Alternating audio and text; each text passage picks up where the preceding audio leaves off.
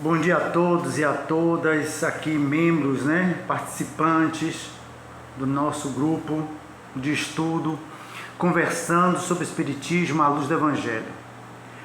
Me chamo Eusébio, estamos aqui como facilitadores desse trabalho, junto com a equipe da casa, colaborando no sentido de levar para todos nós um passeio, uma viagem, um entendimento acerca do Cristo, da figura do Cristo e dos seus ensinamentos através do Evangelho segundo o Espiritismo. E nesse sentido, a gente vai utilizar aqui, a partir de hoje, quando necessário for, a ferramenta ou a interface das tecnologias. A gente não pode estar nesse mundo contemporâneo dissociado, dissocializado dessa importante ferramenta de trabalho, não é verdade? E nesse sentido, já estou aqui inaugurando esse caminho que pode também ser percorrido por cada um de vocês, membros aqui do grupo, tá bom? Assim como também os facilitadores, enfim, para estar trazendo, a partir desse processo de comunicação, alguma contribuição para o entendimento do tema estudado, alguma proposta que a gente possa vir a trazer para o próximo encontro, tirando dúvidas que não ficaram muito bem explicadas e sanadas no dia do encontro, dentre outros objetivos que seriam utilizados aqui por esse processo de mídia aqui digital. E no dia de hoje, particularmente, eu quero desde já saudar a todos que fizeram presentes no nosso encontro no último sábado, às 18h30 até às 20 horas. Claro que eu também reconheço, por conta do feriadão, que muitos dos meus irmãos e irmãs já tinham programado atividades para participarem, não é isso? Então não puderam fazer presentes justificáveis, mas não se sintam também pressionados de forma alguma. Eu estava comentando isso no sábado. A conversa sobre o Espiritismo deve ser um encontro leve, tranquilo, em que vocês possam estar presentes de maneira tranquila, leve, participativa. Então, fiquem tranquilos que no próximo dia 13 de maio, olha que dia significativo, 13 de maio, se não me falha a memória, no sábado, estaremos no segundo encontro, na próxima quinzena, revisitando o que nós discutimos no sábado agora anterior. E dentro dessa discussão, eu quero nesse breve vídeo trazer 2 pontos que ficaram em suspense para o amadurecimento no próximo encontro, já com a presença de todos vocês. A primeira foi trazida por uma colega, a Lúcia. Um abraço, Lúcia, e desde já obrigado pela sua participação, acerca do que seria realmente o Espiritismo. Ela apontou com muita propriedade que é uma confusão teórica, uma mistura entre as religiões de matriz africana, a Umbanda, o Espiritismo. Então eu queria entender de que lugar realmente nós estamos, de que lugar nós estamos falando. Então, nesse sentido, nós lá iniciamos no sábado um início de um princípio de explicação, mas agora, Lúcia, aqui, colega, a gente vai revisitar esse tema, e tem um outro tema também, que é a família, que vai ser desdobrado na próxima quinzena também com vocês. Mas nesse primeiro momento, me permita rapidamente trazer alguma coisa sobre o que é o Espiritismo. Muito bem.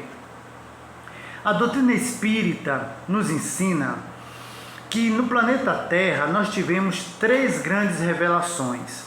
Moisés, que trouxe os 10 mandamentos, o próprio Cristo, que veio em pessoa trazer a boa nova, as boas notícias da vida espiritual, da imortalidade da alma, da reencarnação, da crença no Deus único, do nosso Pai. Então, e ele mesmo exemplificou a importância de amar ao próximo como a si mesmo, como a maior lei. Ele que demonstrou pessoalmente a prática da caridade, a prática do bem.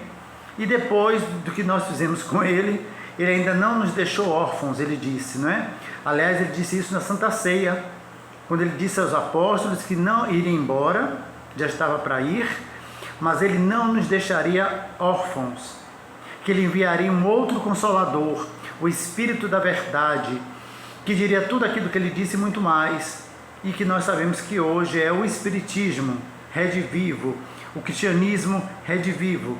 O Espiritismo é como se o Cristo tivesse voltado para estar presente fisicamente conosco. já que ele está espiritualmente. E o que é que o Espiritismo trata? Justamente dos princípios cristãos. Nós seguimos os ensinamentos do Cristo. Nós não somos apenas uma religião, no sentido de religiosidade. O Espiritismo tem 3 aspectos básicos.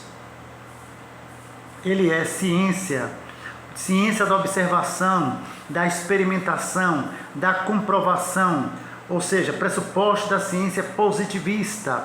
E o que é que isso tem a ver com você, Lúcia, conosco, com todos nós? O seguinte, o espírita, ele deve estudar, ele deve observar, ele deve exemplificar, testar e depois comprovar a tese. Ou seja, um espírita não é uma Maria vai com as outras com todo respeito às Marias. Não deve ser isso. Um espírita deve buscar compreender o que ele está querendo saber, buscar compreender o que ele está querendo vivenciar. Claro, respeitar aqueles que lhe passam informações sobre nós outros facilitadores, mas ir na fonte pesquisar. E a gente vai falar que fonte é essa nossa. Então, esse é o aspecto científico, em que também faz parte as comprovações a partir da metodologia da mediunidade, a existência da vida no mundo espiritual. Nós comprovamos com a ciência espírita que ninguém morre, que existe vida, nós estávamos lá, aqui estamos e para lá retornaremos. Através do fenômeno mediúnico, nós comprovamos esse fato, através de outros fenômenos, também para além da emancipação da alma, seja o sonambulismo, seja o êxtase, nós também comprovamos esse fato, tá bom? Então a ciência espírita, em resumo, colegas, é isso. É uma ferramenta importantíssima para que você possa entender, compreender e vivenciar os ensinamentos divinos materializados nos ensinamentos cristãos. Mas também nós temos um segundo aspecto, que é o filosófico. Na proposta principal da filosofia é a contribuição para uma tomada de decisão, uma mudança de comportamento. E a filosofia espírita, baseada no Evangelho do Cristo, nos convida a uma mudança de atitude. Então, ela busca nos ajudar a responder questões básicas da nossa existência. O que somos, por que estamos aqui, para onde vamos, por que eu tenho que fazer o bem, o que é que eu faço, o que é que acontece comigo quando eu não faço bem, eu faço mal, por que eu sofro, por que eu não sofro, porque alguém é rico, eu sou pobre. Então a filosofia espírita, ancorada na ciência espírita, comprova e responde a todas as questões existenciais. Prestem atenção nessa frase que eu estou trazendo aqui. O Espiritismo não é superior a ninguém, mas ela tem como revelação, tem como base a revelação divina, a revelação espiritual, ou seja, tudo que você sabe aqui de português, matemática, história, química, física, biologia, astronomia, tudo que você estuda aqui na Terra é uma cópia, é uma réplica do que existe de perfeito na espiritualidade. E o Espiritismo estuda a espiritualidade. A base da doutrina espírita, a filosofia espiritualista, estuda a existência do espírito, a vida do mundo espiritual, a imortalidade da alma, Deus. Percebem? E naquilo que a ciência humana falta, deixa de ter alguma explicação lógica, a ciência espírita, a filosofia espírita complementa. Então a doutrina espírita não está subordinada às ciências humanas e materiais. Ao contrário, ela ajuda a preencher as lacunas dessas ciências. Isso é importantíssimo. Então, a filosofia vai lhe ajudar, você, a mim, a todos nós, a mudarmos de atitude, a buscarmos ser um ser melhor. E aí cai no terceiro aspecto. Eu sendo um ser melhor, praticando as leis divinas, muito bem explicadas na filosofia, eu me torno um ser religioso. Entendem? Eu consigo me religar com o Criador, me religar com a espiritualidade superior. Então esse é o perfil, Lúcia e colegas, do Espiritismo. Mas onde é que eu vou buscar todas essas informações? Na codificação espírita. O Espírito da Verdade, através do Cristo, nos trouxe um código de doutrina, uma doutrina, um conjunto de princípios. A começar pelo Livro dos Espíritos, publicado em 18 de abril de 1857, na qual a sua última edição foi em 1860, constam hoje 1019 perguntas e respostas. Esse livro, o Livro dos Espíritos, é dividido em 4 partes. A primeira parte trata da questão da divindade, do universo, da criação. A segunda parte do espírito, a existência do espírito, da imortalidade da alma, da emancipação da alma, da desencarnação, da encarnação, enfim. A terceira parte das leis morais, que são os mesmos 10 mandamentos, lembram? As 10 leis morais do Cristo. E por fim, na última parte, esperanças e consolações. É uma discussão onde a gente espírita comprova que não existe inferno e nem céu. Céu e inferno são estados de espírito, estados de consciência. Então esse é o livro dos Espíritos. A segunda obra na sequência, publicada em 1861, foi o livro dos Médiuns. É tido como o maior tratado para quem é médium sensível e queira trabalhar com seriedade, disciplina, mediunidade, à luz do cristianismo. Então você que é médium ostensivo, ostensiva, que se reconhece nessa condição, o que é que eu faço para me ser um médium educado, disciplinado, responsável, entender o que é que eu tenho que fazer e como fazer? Livro dos Médiuns. E a nossa casa vai ter um estudo a partir de terça-feira agora, conversando sobre a mediunidade com Jesus antes, agora e depois. Não é? Então essa é a segunda obra. Na sequência teve a terceira, que é essa que a gente vai estudar, o Evangelho segundo o Espiritismo, publicado em 1864, que trata o Evangelho das leis morais do Cristo. Simples, das leis morais. Explicando melhor a sua aplicabilidade, a sua vivência. Nós seguimos, do ponto de vista teológico, religioso, a Bíblia, nos 4 testamentos, do Novo Testamento, os 4, Mateus, Marcos, Lucas e João, carta de Paulo, Atos dos Apóstolos, Apocalipse, todo esse conteúdo nos serve muito para o entendimento e compreensão de alguns pontos que são ratificados, complementados com a ciência espírita. O próximo livro é O Céu e o Inferno, publicado em 1865. É como eu disse, é um livro que Allan Kardec desmistifica a tese de eu ter que pagar para ir para o céu ou pagar para não ir para o inferno, é negócio de indulgência, eu nasci para sofrer, eu vou morrer eternamente, não tem nada disso. Nós vamos entender que nós somos artífices do nosso próprio destino, que nós semeamos e colhemos aquilo que semeamos exatamente na mesma proporção, nem menos nem mais, ok? E por fim, da codificação, que a gente chama a codificação espírita, a Gênese, que traz, dentre outras coisas, a origem do mundo, mas também as curas do Cristo. Então são nesses 5 livros e mais 16 publicados por Allan Kardec, e mais 120 revistas espíritas, portanto, ótimo material para mais de metro, que você deve estudar e pesquisar para compreender essa ciência, essa filosofia e essa religião que é o Espiritismo. Percebeu, Lúcio e colegas? Esse é o ponto importante. Muito bem, mas qual a relação do Espiritismo com as outras religiões? Do ponto de vista espiritual, todas. Do ponto de vista espiritual, nós não temos seleção, nós não temos privilégios. O espírita não é elitista, intelectualista, não devia ser. Todos os espíritos que praticam bem com disciplina, seriedade, estudo e responsabilidade têm acolhimento na terapêutica espírita. Daí porque, portanto, nós trabalhamos espiritualmente falando com parceiros espirituais. São magnetizadores, psicólogos, psiquiatras, são biólogos, são caboclos, preto velhos, índios, elementais. Todos esses irmãos do bem, do amor, são nossos parceiros de trabalho espirituais. E o espírita, ele não deve exorcizar, execrar, desconsiderar esses irmãos. Muito pelo contrário, se não fossem muitos deles, não estaríamos nem aqui no plano físico. Eles têm um papel inteligente e fundamental. E todos eles, se não conhecem sobre a doutrina do Cristo como nós conhecemos, vai conhecer. Mas eles têm uma coisa muito mais do que nós, inclusive eles conhecem o Cristo muito mais do que nós.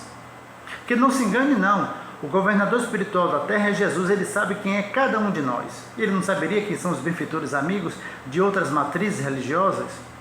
Então nós não temos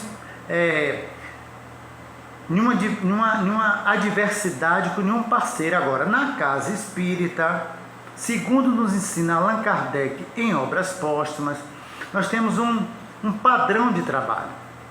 ou um roteiro de trabalho e um roteiro de perspectiva de ação. Ou seja, nós não temos pastor, não temos ovelhas para ser guiada, não existe isso.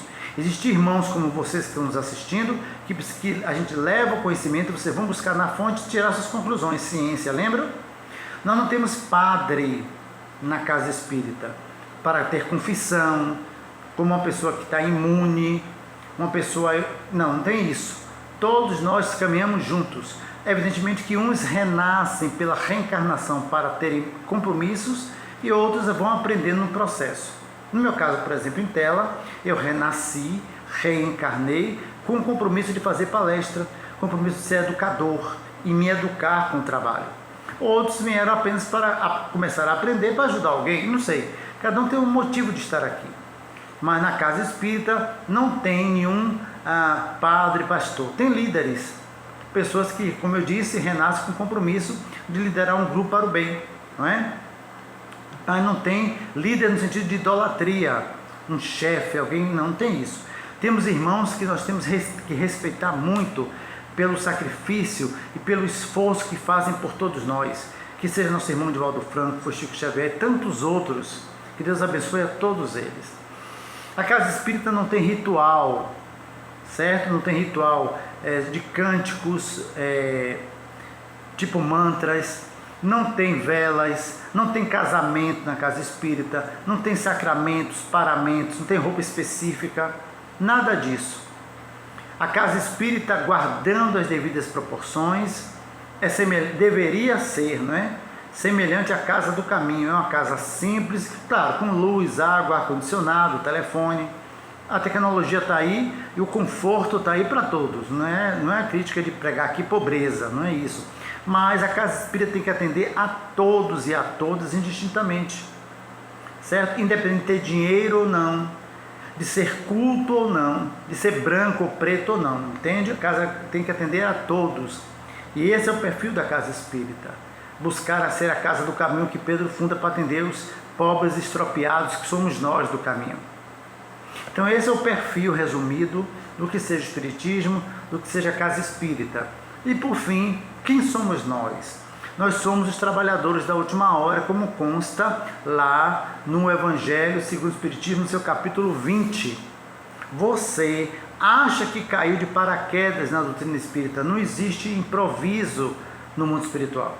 Segundo André Luiz nos ensina, na sua coleção, na vida no espiritual, nas primeiras obras, né, seja o Nosso Lar, Mensageiros, Missionários da Luz, Obreiros da Vida Eterna, ele afirma, e nós temos a prova científica do fato, de que todo mundo que é espírita hoje pediu para ser espírita. Você pediu para conhecer o espiritismo, você foi preparada para ser espírita. Agora, quando ia ser, como vai ser, se vão aceitar ou não, não é obrigatório, porque tem livre-arbítrio, você tem livre-arbítrio.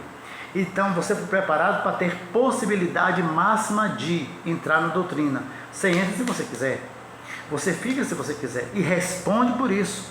Porque se você estava lá no mundo espiritual, eu também, a gente aceitou ser espírita, e quando fosse espírita iria trabalhar para alguém, e agora você não trabalha, você vai ser responsabilizado, porque pessoas iriam passar pelo seu caminho para você ensinar, para você esclarecer, para você como médium ajudar no tratamento, como passista ajudar na magnetização. Mas você que tem livre-arbítrio não quis fazer isso, preferiu seguir a sua vida, tudo bem, mas vai ser responsabilizado sim, porque com as coisas espirituais não tem jeitinho brasileiro, ou você assume ou não assume. Então, se você não queria ser espírita, assumir compromisso, ou cristão não quisesse ser, não assumisse. Agora, isso também não é uma coisa definitiva, porque Deus é misericordioso, Ele pode ver seu arrependimento e lhe dar uma nova oportunidade em encarnação agora, em andamento. Só depende do seu arrependimento sincero e do seu desejo firme, sua vontade firme de voltar a fazer o bem. Então, em linhas gerais, nesse primeiro momento de 20 minutos, hoje o vídeo estará grande, mas não vai ser tão grande assim, tá bom? A proposta é, Lúcia e colegas, tá trazendo os pontos que a gente poderia ter aprofundado mais no sábado, mas diante do horário e tal, não deu. Mas aqui vai ser esse espaço, viu? Para vocês, meus colegas, fiquem à vontade também de gravar vídeos para perguntar, gravem, vamos começar a utilizar essa tecnologia que é o celular, que é a gravação de vídeos, Vocês podem formatar para não ficar muito grande, pode mandar pelo YouTube, para o link. Vamos começar a trabalhar as tecnologias para otimizar ainda mais o nosso trabalho, tá bom? Bem, e o último ponto, que não vai se encerrar hoje, vai ter continuidade no próxima quinzena, dia 13 de maio, dia da abolição da escravatura, entre aspas, né? É um dia importantíssimo, olha só, viu? Que dia importantíssimo para a gente, do ponto de vista espiritual, principalmente. Muito bem, discutiu-se alguns pontos no último sábado, para quem não estava presente, e emergiu a importância de a gente voltar a discutir sobre a questão da família. Porque eu e Lúcio, os colegas, Rita Lima, que manda um abraço a todos que vão estar assistindo esse vídeo, estavam lá, um abração mais uma vez, nós entendemos que tudo que acontece na sociedade hoje tem origem na família. As pessoas que fazem o bem lá fora começaram a fazer o bem na família. As pessoas que fazem mal lá fora começaram a fazer ou tiveram exemplo na família, ou despertaram na família. O meio interfere a discussão sociológica que a gente pode trazer depois, mas a verdade é que a família hoje é o núcleo de todas as soluções, para todas as soluções, mas também é o núcleo para todos os problemas. A pessoa que hoje está cometendo erros graves saiu da família. As pessoas que hoje estão aproveitando sua vida para serem úteis saíram das famílias. Então, me parece que a discussão que vamos ter na próxima quinzena é reforçar a importância de, como espírita, de como cristão, conversarmos com todos sobre a importância de voltarmos a valorizar a família. Que, na verdade, nossa paz, nosso conforto está em casa. Agora, eu sei que, por conta da doutrina espírita nos ensinar, nós temos parentes insuportáveis. Nós temos parentes que a gente não aguenta, que não gostam da gente gratuitamente. Sim, tudo bem. Qual é a proposta? Você vai conviver com pessoas assim? Não. Não adianta você querer salvar o mundo e perder a sua alma. Você ter que conviver com pessoas que não lhe fazem bem, por questão ética, por questão apenas estética, por questão de etiqueta, de educação, não. Você tem que estar bem com você e onde você estiver. O que não pode ter é ojeriza, desejo de vingança, que morra, que mate. Esse sentimento não cabe para a gente. Mas sim, se você puder ter o seu lugar e ficar com o seu lugar ao sol, fica no seu lugar. Se não, aprenda a tolerar até quando puder. Lute para ter seu emprego, para ter sua casa própria, para você ter sua independência, percebe? Mas o fato é que ninguém nasce na família se não tiver compromisso um com o outro. Todos nós que nascemos na família, nascemos com compromissos. Posso falar com propriedade que no meu caso em tela, para alguns irmãos e primos me dou muito bem, para outras irmãs não me dou muito bem. Mas, no entanto, não me dou muito bem. Em que sentido? Eu brigo? Não. Há uma incompatibilidade de entendimentos. Mas deixei por isso de amar a minha família? Deixei por isso de amar os meus irmãos? E não, de forma alguma. Agora, mais do que amá-los, eu me amo. E aí, nessa perspectiva de amar a si própria, que a gente vai discutir na próxima quinzena, me parece. Porque o que é que leva uma pessoa a entrar nas drogas? O que pode levar uma pessoa a se suicidar? A entrar na promiscuidade sexual? A ausência de amor próprio. E qual foi a causa da ausência de amor próprio? Foi trazida de vidas anteriores? Vamos ter que tratar disso também. Ou foi um start disparado agora, na encarnação atual, por alguma coisa que tinha na família? Foi algum trauma? Foi a ausência de carinho, que as pessoas buscaram carinho fora? O que realmente pode ter sido como causa? Que a doutrina espírita tem explicação para lidar sobre isso. E você, como é que está a sua família? Você pode chamar realmente sua casa de uma casa de família? Você pode dizer que você mora numa casa que tem um lar? O que é um lar? Nós falamos tanto evangelho no lar, percebem? Então a coisa não é tão simples e a gente também não espera esgotar tudo na próxima quinzena. Mas é importante que tenha consciência de que existe uma orquestração negativa das trevas para destruir as famílias. O foco agora é matar jovens. Jovens estão se suicidando, estão matando jovens por aí, né, por diversos motivos, né? Aliás, sem nenhum motivo, muitas das vezes.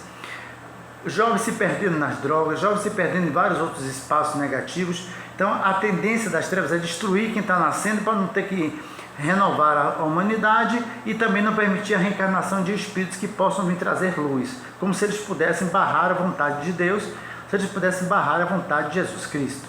Mas dificultar podem muito, e nós temos que estar na linha de frente, apanhando, sofrendo mesmo, tem jeito, Todo espírita apanha, o espírita sério.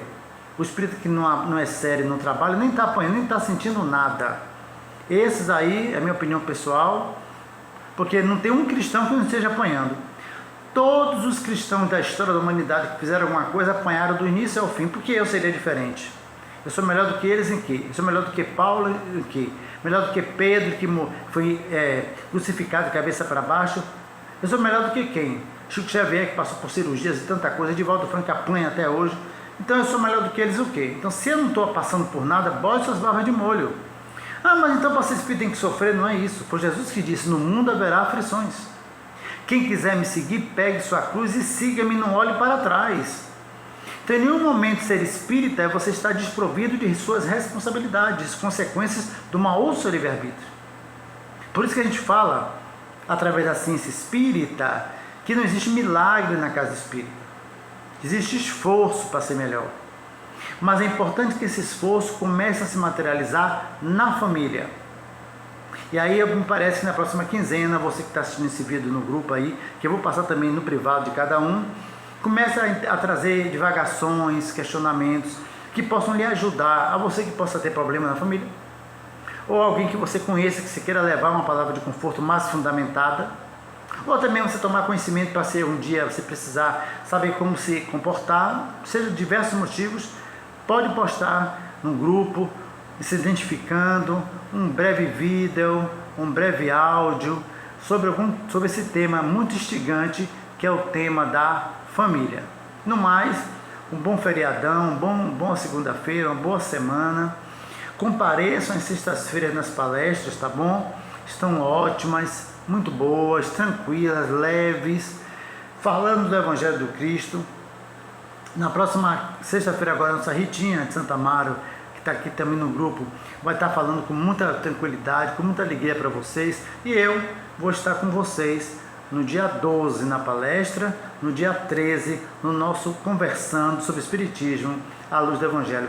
Conto com a presença de todos vocês, tá? Ninguém é obrigado a estar presente toda a quinzena, mas Jesus está lá sentado na cadeira esperando você.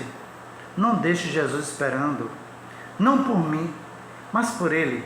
Dê um gostinho de poder estar presente com Ele, poder abraçá-lo e dizer, Jesus, eis-me aqui, o que queres que eu faça? Um abraço a todos, muita paz e até a próxima.